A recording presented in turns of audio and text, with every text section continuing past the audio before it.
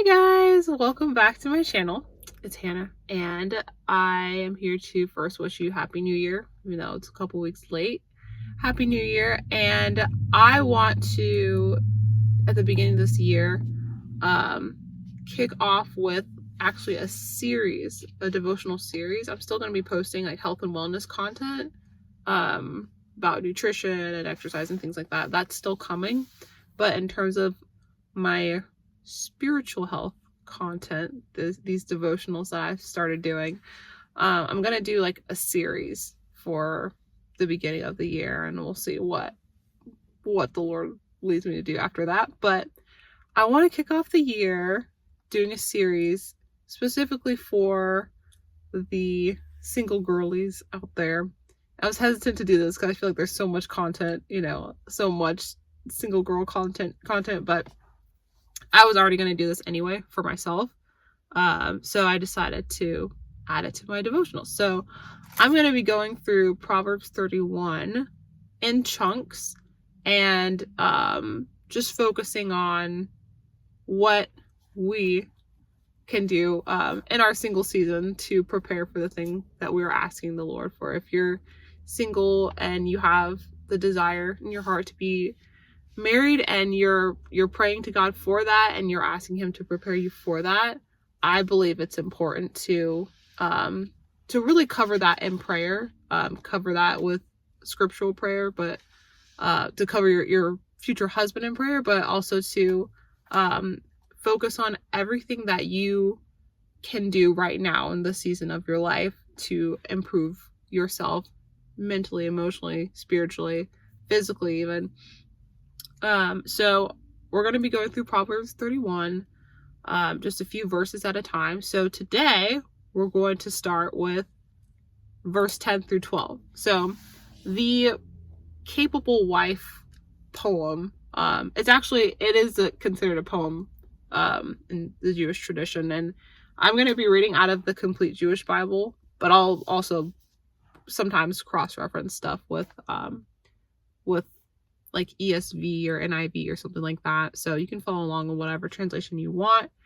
But it's really cool that the Complete Jewish Study Bible, there's a little snippet on the fact that it was originally written as a poem, and each section has a letter of the Hebrew alphabet assigned to it. It's kind of cool if you want to dive into that. And maybe we'll do that at the end of the series. So, but I want to start out with this section, and if I were to give it a title, I would call it "Are You Trustworthy?" So I think each section begs a question that you can ask yourself about where you are in terms of becoming that kind of capable wife. And we're not striving for perfection here. We're simply looking at the text and seeing how we can apply it to ourselves to better ourselves. So I'm going to start with verse 10 and I'll go through verse 12, and then I'll kind of let you guys know some notes that the Lord gave me as I was studying through this. So verse 10 starts with, "Who can find a capable wife? Her value is far beyond that of pearls. Her husband trusts her from his heart, and she will prove a great asset to him. She works to bring him good, not harm, all the days of her life." So when I read that section, the question that came to me was, are you trustworthy? And so let's dive into it. So I looked up the value of pearl, just, kind of in a practical sense. A single pearl, like in modern day currency, could be anywhere from like $300 to $1,500, like a single pearl, which is a lot. Now, what are you gonna do with that? I don't know. I just thought I'd throw that out there because I was like, pearls are expensive, I know that, but I just didn't have a number value to attach to it. But I was like, that's pretty pricey. Now, I don't mean that to say like we should hold ourselves in such high esteem and be prideful, because that's actually the opposite of what the Lord gave me for this. But I just wanted to throw that out there because there is value to it. Whether or not you like pearls and whether or not you would ever wear a pearl necklace, it doesn't that doesn't change the fact that they are highly valuable. So just take that, put that in your pocket. So to be a great asset to somebody, to be a great asset to your husband, what does that mean? I would say that means if you're a great asset, you're able to improve upon what your husband has going on, and you're also able to bring new things to the table. So you're able to multiply. If you think of like a business asset, it adds value to your life, right? So if you are proving to be a great asset to your husband, you're adding things, you're multiplying things, you're helping expand what's already there. And a couple of questions that came from, like, kind of, if you look at it as like a little bit of an umbrella under that are you trustworthy umbrella, the Lord kind of gave me a couple of questions under that. And the first one would be, do you say what you're going to do?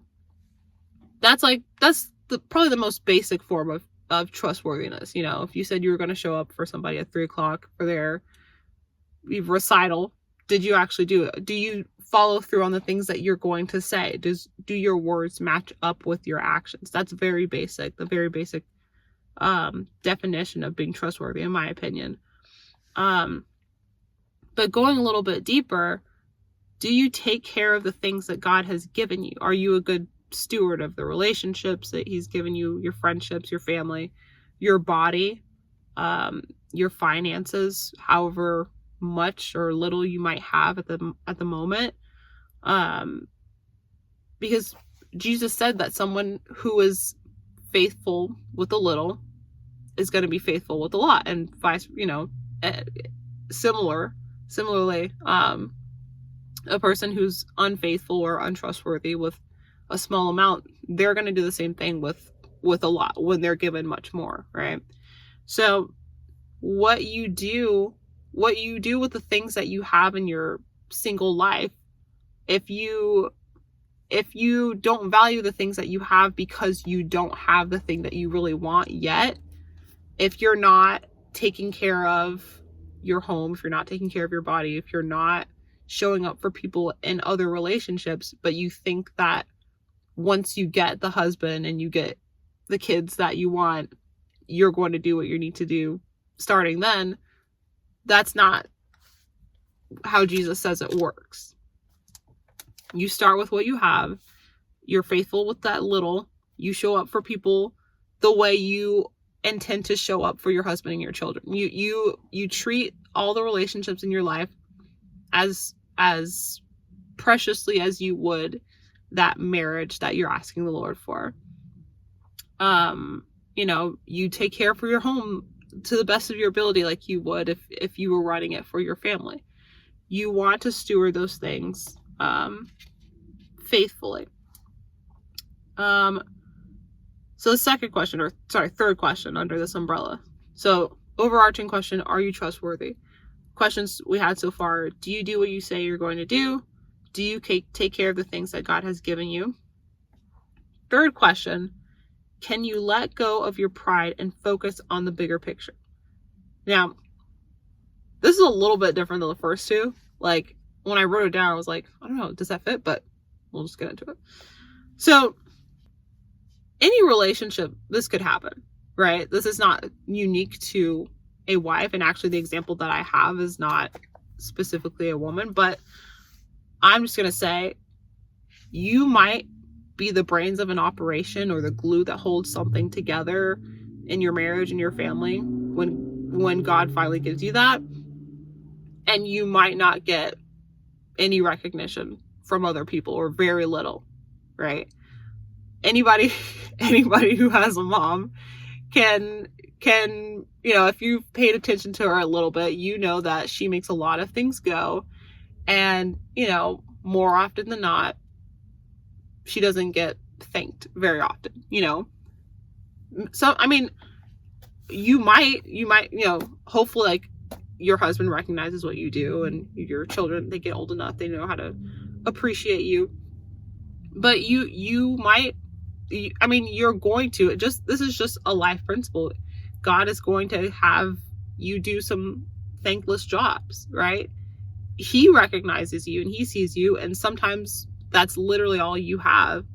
And he wants that to be enough for you so that other people's approval and disapproval doesn't sway you from doing what you're called to do. Can you be content behind the scenes? So you might not stay there. You might be someone who's called to be in the public eye at some point, but you're not necessarily going to start out that way. If you're in a position where you're having to do whatever you're doing and nobody sees you, can you be content with that? God wants to know that you can be content with that, knowing that he is the only one seeing you. He wants you to be able to be okay there. And the example that came to me, I was thinking that I was going to find something in the Bible, but I actually was brought back to the story I heard a while ago about Archie Manning. So Archie Manning, I was an adult when I heard the name Archie Manning. I'm not like a huge football fan, but I am a football fan. I'm not like a nerd about it, but you know the big names, or you know the legends and the hot players right now, people whose careers are pretty big. But I never heard the name Archie Manning but that's Peyton Manning and Eli Manning's father. He had a 15-year NFL career. I didn't know that. I didn't know that they had an NFL that, like, some people who are like football nerds would know that. But as I would call myself a casual football viewer, I didn't know that. He had a 15-year career that I never hear anybody talk about, ever. And when I looked it up, there's really, there aren't very many highlights. Like, there's not much to show for it. I mean, a 15-year career sounds like a long time. So, he wasn't like the worst player in the world, but it wasn't really notable, and he doesn't really have a lot to show for it. But his sons obviously are household names, right? People who aren't even football fans know Peyton Manning or Eli Manning, right? And so something that stood out to me was that his greatest accomplishment, he probably went into the NFL with huge plans for himself, right? You're you're a college football player, you graduate, you get signed to an NFL team, like the sky's the limit for you. Like, you see yourself getting, as many Super Bowl rings as Tom Brady, right? So you can imagine the disappointment of playing for 15 years and just not really getting anywhere. And you probably go walking down the street now, people don't necessarily recognize you, or, someone hears your name and doesn't know that you used to play for the NFL. But his greatest accomplishment, we don't know the man personally, but to just looking at the situation from the outside, right? It would seem that his greatest accomplishment is being a father. And those are moments that you and I, the general public, will never see. The day in, day out, raising his kids, disciplining them, making sure that they went to practice and they went to school and they did all the things they were supposed to do, and that they were respectful, and he taught them how to open doors and be polite, and taught them not to pick fights with people. Like, all of the tedious hard work of raising a kid, the public doesn't see that or know that or pat him on the back for that all the time. Maybe now that his sons are famous, but that's his greatest accomplishment, even though he had moments where he's playing football in front of thousands of people.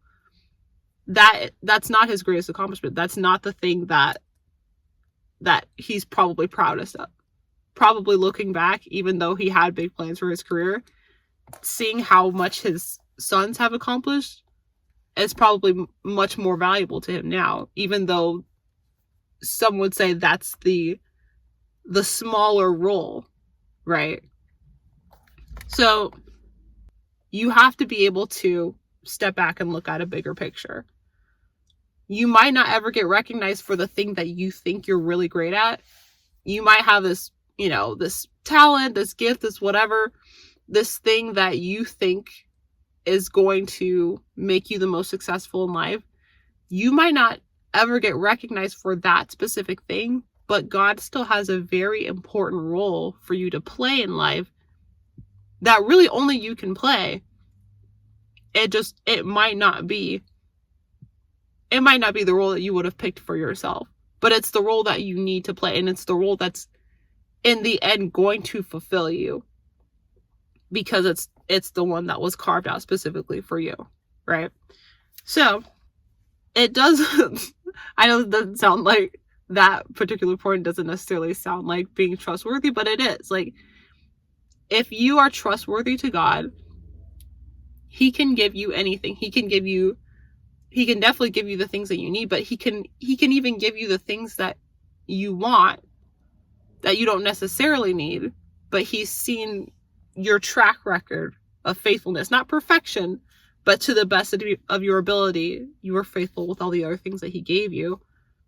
And he can give you more than you asked for, because he knows that you're not just going to squander it. You're not going to waste it. You're not going to let it go to your head. Or if it does start to go to your head, he knows that he can correct you and get you back on track, because you have this track record of wanting to please him and be faithful with what he's given you.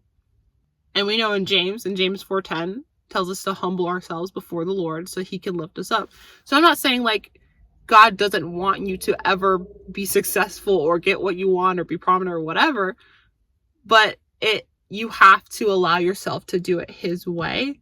You have to humble yourself so that he can lift you up, because he's not going to lift you up if you're already exalting yourself. He's not interested in elevating people higher, because their pride has gotten to them to where they are. Like, he's not interested in just like egging on your pride.